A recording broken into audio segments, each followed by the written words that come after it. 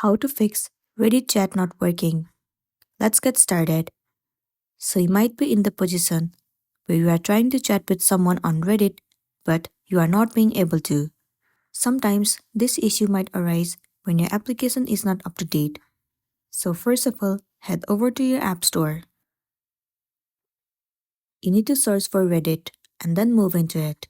Over here, instead of open, if you see the option of update, then your application is not up to date. In this case, simply tap on update and update your app to the latest version. Once you have got the latest version of the app, the next thing you want to do is head over to the settings of your device, move into general, head over to iPhone storage. In this page, search for the application Reddit and then move into it. Now you have to clear the cache and the storage of the application. In order to do so, tap on Offload App, and then once again click on Offload App.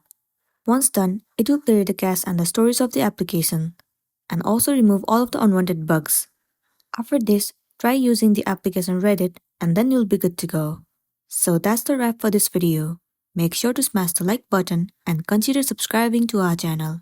We'll see you in the next one.